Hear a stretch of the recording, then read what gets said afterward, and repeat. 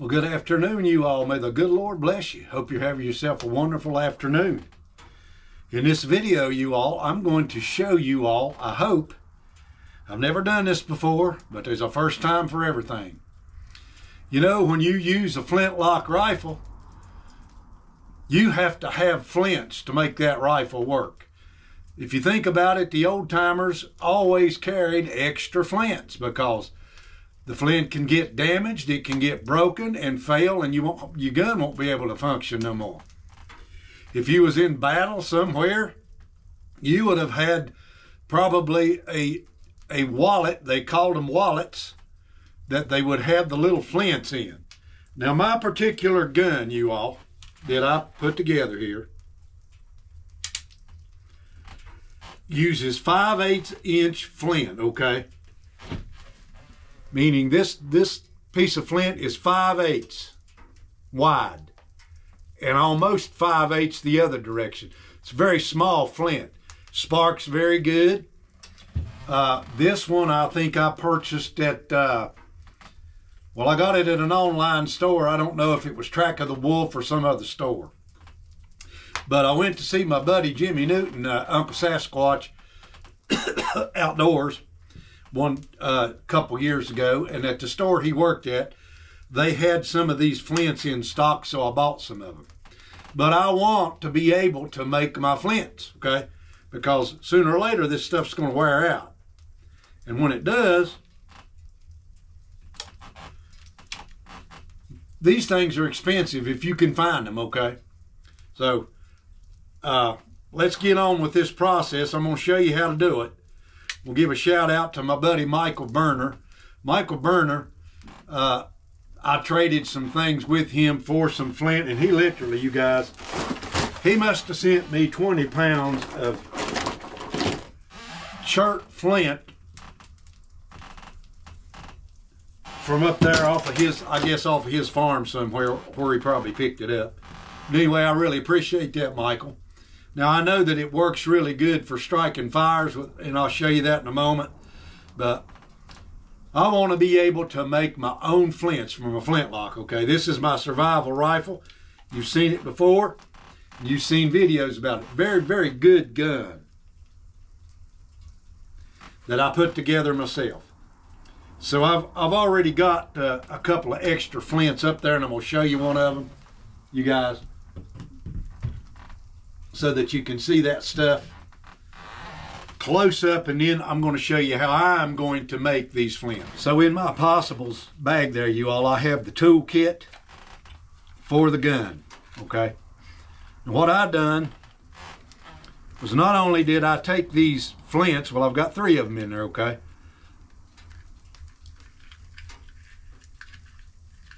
Get one of them out here. They're really good and sharp. They're just chunks of chert, really. Now, I'm not going to be able to make these like they've made these particular ones, but what I've done, you guys, is I've also made the leathers to hold the flint in place, because you don't want that screw coming down on that piece of stone right there, okay? But we're going to see if we can make us a 5/8 inch piece of chert that will actually work in this gun right here in this video. That way I will know that I can make my own flints. Now the chert that we got around here in Virginia, you all, it's just old black chert, and you can make fires with it all day long. There ain't no ifs, ands, or buts about that. But it really is no good for making flints for your flintlock unless you can find a piece like this right here that's been buried under the ground and never seen a frost cycle or a freeze cycle. This piece of stuff here in our area, you guys it'll have cracks all over it. So this is some really good gray chert right here, and I really like the looks of it. But not only did Michael send me some big stuff, he also sent me some shards, stuff that's already chipped or broken. I don't know if this is naturally occurring or this is something that the natives did. I really do not know. But I know that there's some pieces in here that is already, like look at this nice flat piece right here. It's almost the right thickness already, or it is the right thickness to make a flint out of for a flintlock.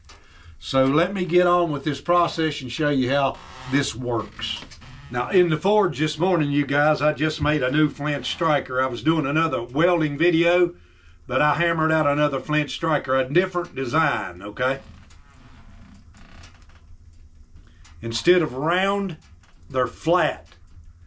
This one has a 5/8 inch, that's exactly almost 5/8 of an inch, a little bit less face on it, okay?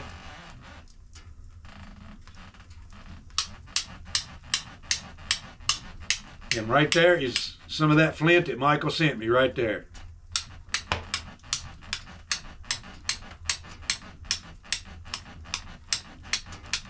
Like I say, you can take any piece of flint, you guys, any chunk. Like this big old chunk right here. And you can strike sparks. You don't have to have, well, I just flaked that piece right there when I done that, see? You don't have to have a little old dinky piece like you see people using on YouTube. That's about all they can find, I guess. But you can pick up a giant chunk.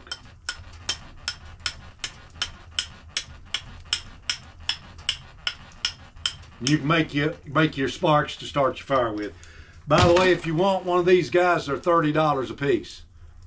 Just email me at readmike279@gmail.com and I'll make you one. All right, let's get on with this process right here. So, several years ago, I did a video, you guys, a couple years ago, on how to make the tools to make these flints. But I found something a whole lot different than that and a whole lot better. This is a stake anvil.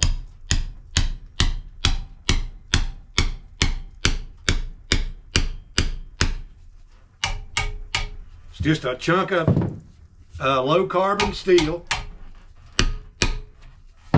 Naturally, the guy that I saw had one of these. He had a little hammer just like this. So I forged this stuff in the forge, okay? So what he would do, now I'm not going to do that because I don't have that kind of chert, but he was using obsidian and he was flaking off a chunk of obsidian about the width of the flint that he was trying to make, okay? When he did that, he would then come over here to this little anvil right here and he would hammer it off. Just like that. That's exactly how he done it.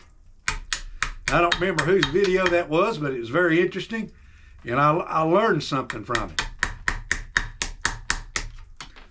But you can see that it's not that easy to do if you don't have good chert. Now this piece right here has got some of this white stuff on it, and I'm just showing you that as a demo, okay? But that's what you do. You flake you off a piece, and then you take that flake. That's a really nice sharp piece right there, and you dress it up just like that.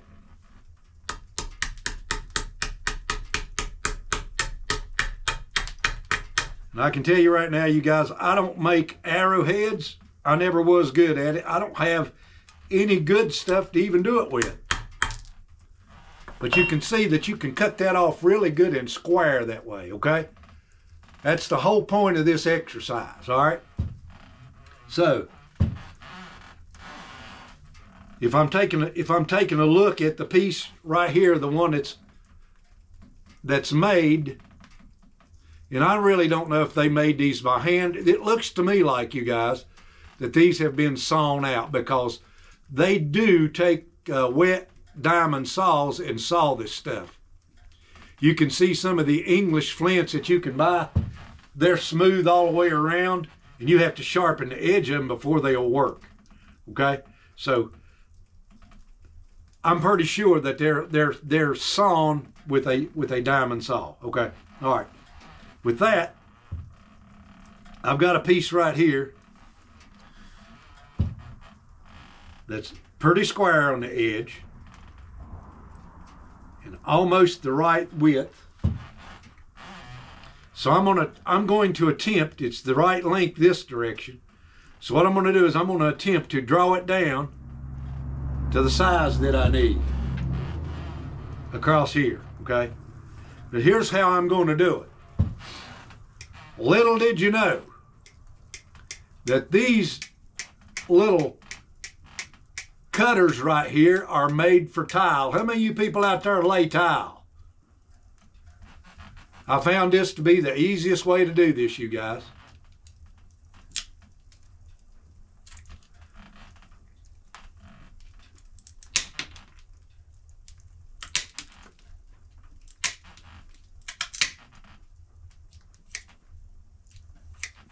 And I see a hairline crack in that stuff, so there can't be no cracks in your piece of flint. If you put it in there that way, it's going to fail. But you can see how easily that I can square that up, okay? Go get you a cheap, down there at Lowe's, get you a cheap set of tile cutters. When you do that, then you can come back to your piece of stone that you're working on, and you can just chip the edges of it off. Because I have laid some tile before, I don't like doing it. But when you're cutting circles,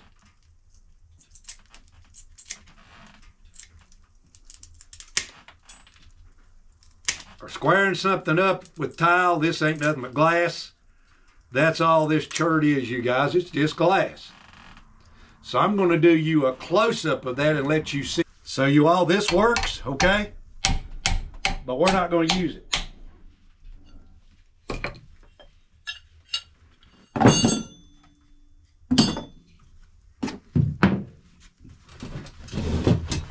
We're simply going to shape this piece of flint the way we want it.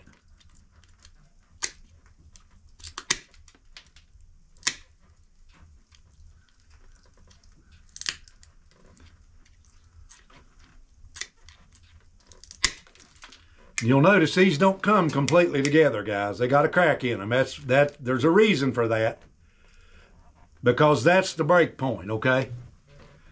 You can see that I can come around here and I can snip that the way that I want it. That's a really good piece of chert right there too, by the way. But now you have to pay attention to it. There's a crack right down through here that you guys can't see on camera, okay?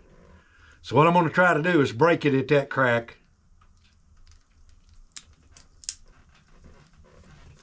Or I'm going to try to, okay? All right, so you've seen me cut that stuff loose right there. All right, now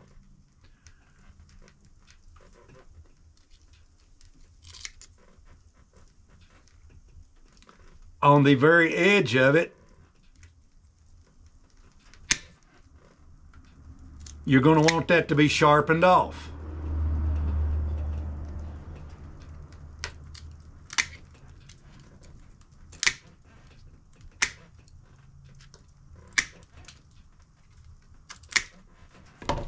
See how I did that right there? But that still don't get us down to this very sharp edge right here. Here's the store-bought one, and here's the one I just cut out with the cutters, you guys. All right, what we got to try to do is we got to try to get an edge on this, okay? All right, you guys, I couldn't get the thicker one to flake right, okay? It's the right size, but I can't get it sharpened down right, just exactly right. So what I did was I just took a flake. I should have showed you that on video. I just took one of those flakes that Michael picked up. It's thin enough to go in there really good. And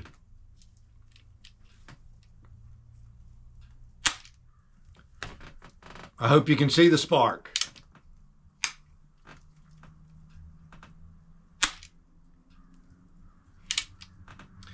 And there's this little brass hammer that my buddy Uncle Sasquatch sent me. When these flints get dull,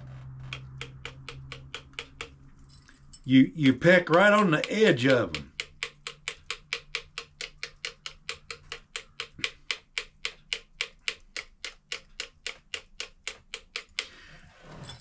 And you break the edge of them off, and that's how it works.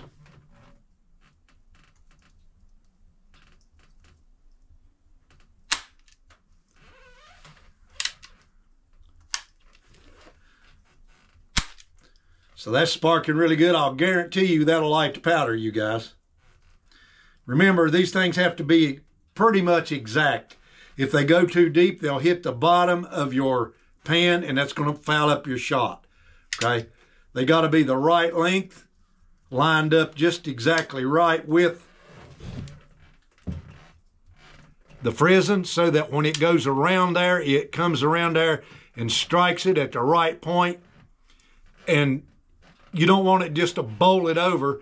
You want it to gradually go over, okay? It pushes it over, just like that right there.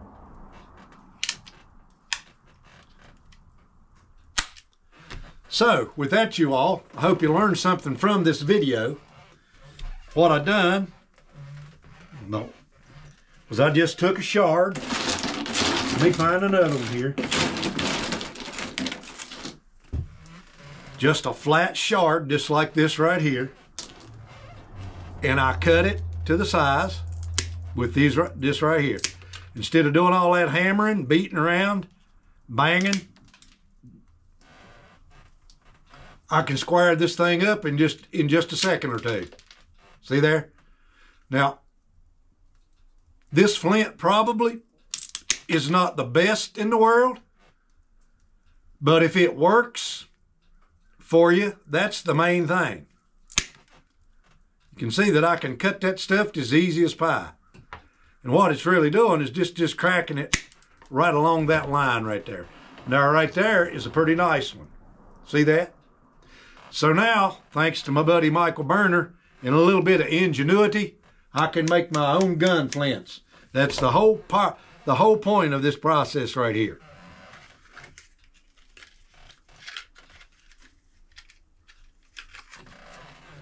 So like I said, get you some made, make you some leathers, some extra leathers, because these things will wear out, okay? These hold your flints in place, and then the screw is not, or the metal piece is not coming straight down on your flint, okay? Give you a close-up of this in action, you guys. So we've got a piece right here that's already sharp on the edge, okay? So we're going to work it back from there.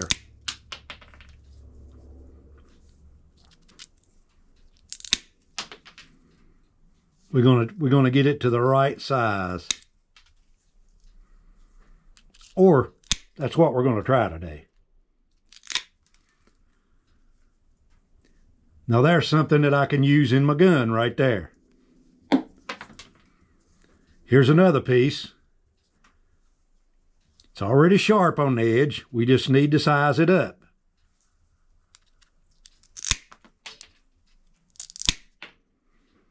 See there? None of that hammering and beating and banging around, because what's really going to happen is it's just going to break the wrong way that you don't want it to. There's a good piece of flint for somebody's flintlock right there. If it works, you guys. So you all, We can all learn something new every once in a while if we just put our mind to it. There's more than one way to skin a cat. And as much tile as I've cut, I thought to myself, why couldn't you just take a tile cutter, breaker really is what it is, and shape these flints? And that really works really good. With that, you all, may the good Lord bless you. I hope you have yourself a wonderful day.